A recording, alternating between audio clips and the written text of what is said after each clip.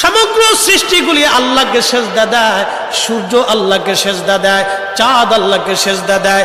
নবী বলেন, সাহাবীরা তোমরা কি জানো সূর্য কোথায় যে ডুবে যায়? সাহাবীরা বলেন, আল্লাহু রাসূলু আলাম, আল্লাহ জানে এবং নবী ভালো জানে।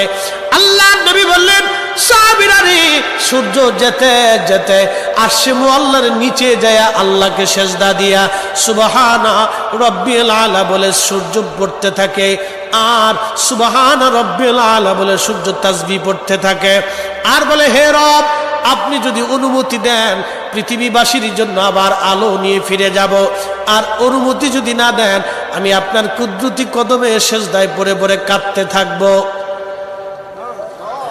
আল্লাহ নবী বললেন, সূর্য থেকে আমার রব অনুমতি দেওয়ার কারণে সকালবেলা তোমরা সূর্যের আলো পাও। কিয়ামতের পূর্ব সময় অনুমতি দেবে না, দেবে না, দেবে না, দেবে না।